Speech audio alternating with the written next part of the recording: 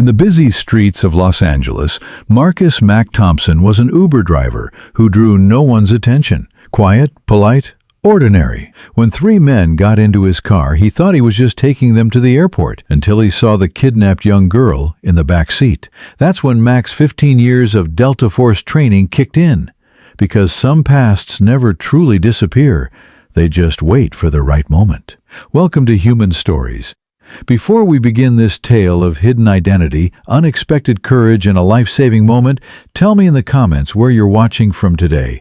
And if you believe stories like this deserve to be remembered, hit that subscribe button and help us keep them alive. Marcus Thompson's days always followed the same routine.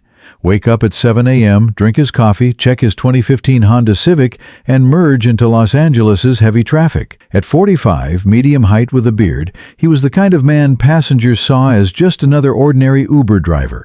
Polite, quiet, the type who never caused problems. But Mac's past was anything but ordinary. From 1995 to 2015, he'd served 20 years in the U.S. Army. The last 15 years were spent in Delta Force's most classified operations, from Iraq's desert cities to Afghanistan's mountainous regions, from Africa to the Middle East. He'd served in the world's most dangerous places. Hostage rescue, counter-terrorism, special operations, Mac had specialized in all of them. His teammates had nicknamed him Ghost because he remained calm in the toughest situations and moved like a phantom. When he retired in 2015, the transition to civilian life had been difficult. PTSD symptoms, sleep disorders, constantly being on high alert. His marriage had ended. Contact with old friends had been lost. Despite receiving psychological support, he couldn't return to normal. Finding work had also been challenging. Security companies offered him jobs, but Mac no longer wanted conflict. He sought peace. Eventually, he'd started driving for Uber. Simple, quiet, requiring minimal interaction with others. He'd been doing this job for 3 years, carrying an average of 50 to 60 passengers daily. Most just saw him as the driver, never asking personal questions. Mac preferred it that way. That Friday night, at 11:30 p.m., he was planning to make his last ride. A notification came to his phone. 3 passengers from downtown LA to LAX airport. Good money, on his way home. He accepted.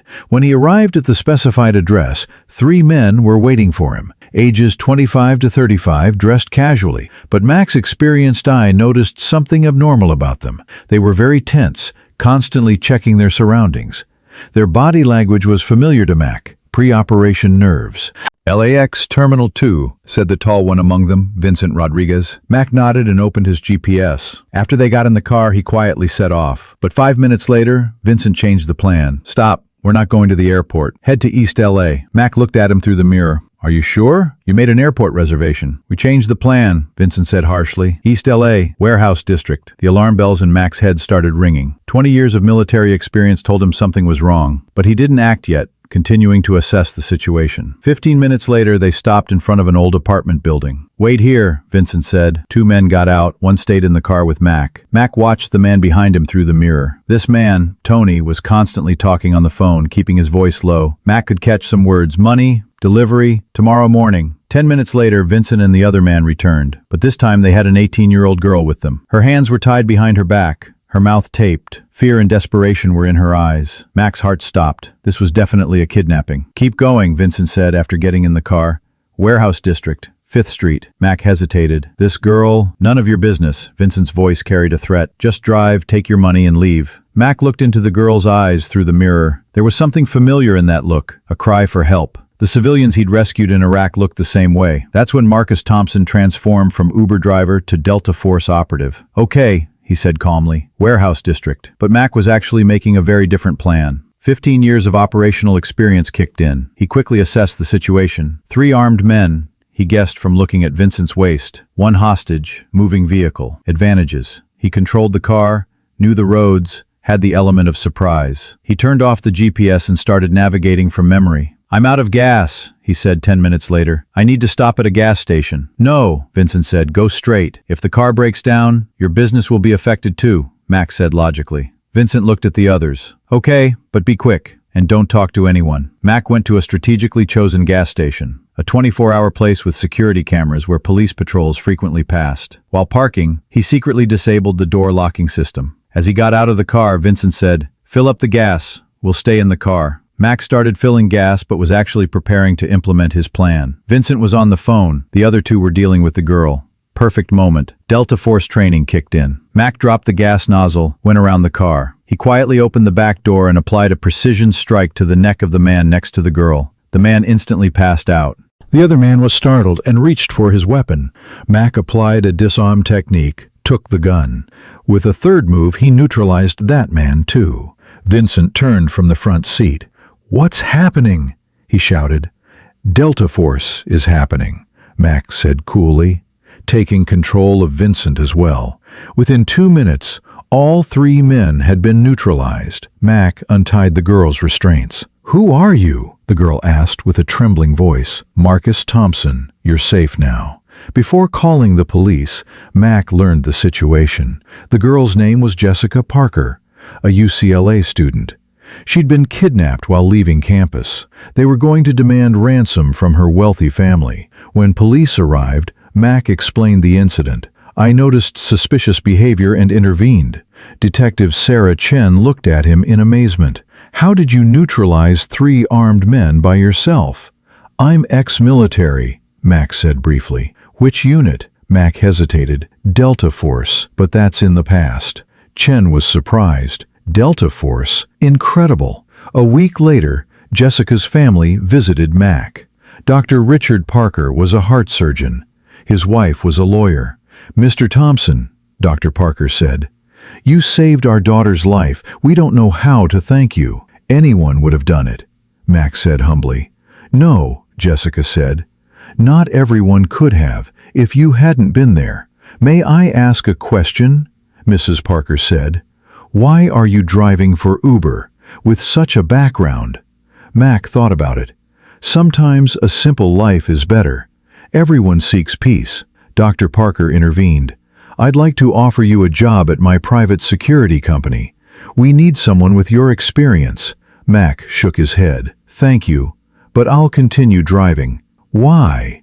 "Because it gives me peace. And maybe someday I'll help someone else again." 3 months later, Mac was still driving for Uber. But he was different now.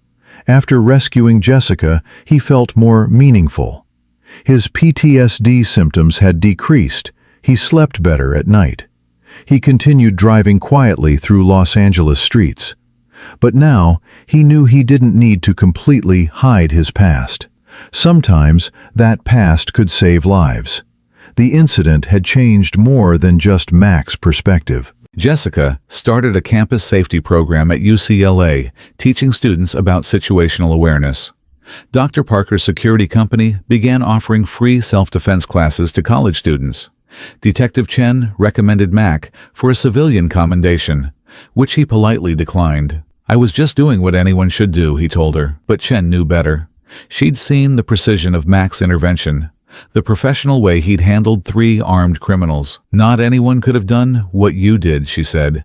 "You saved that girl's life with skills most people don't have." Mac's Uber rating had always been high, but after word of the rescue spread quietly through the rideshare community, passengers began specifically requesting him, not because they expected excitement, but because they felt safer.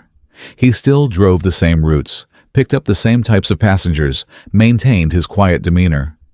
But there was a subtle confidence now, a sense of purpose he'd been missing since leaving the military. One evening, while waiting for his next ride, Mac received a text from Jessica. "Thank you again for everything.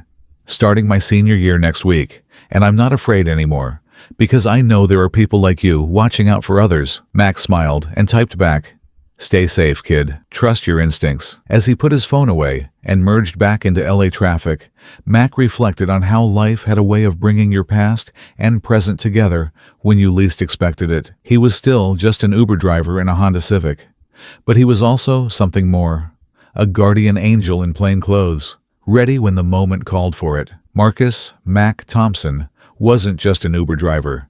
He was a hidden hero waiting for the right moment to make a difference. If you were in Mac's position, would you have intervened? Have you ever discovered that someone ordinary had extraordinary abilities? Share your experiences in the comments below. If this story of a hidden hero resonated with you, don't forget to subscribe, because at Human Stories, We believe that real heroes are everywhere, waiting for their moment to act.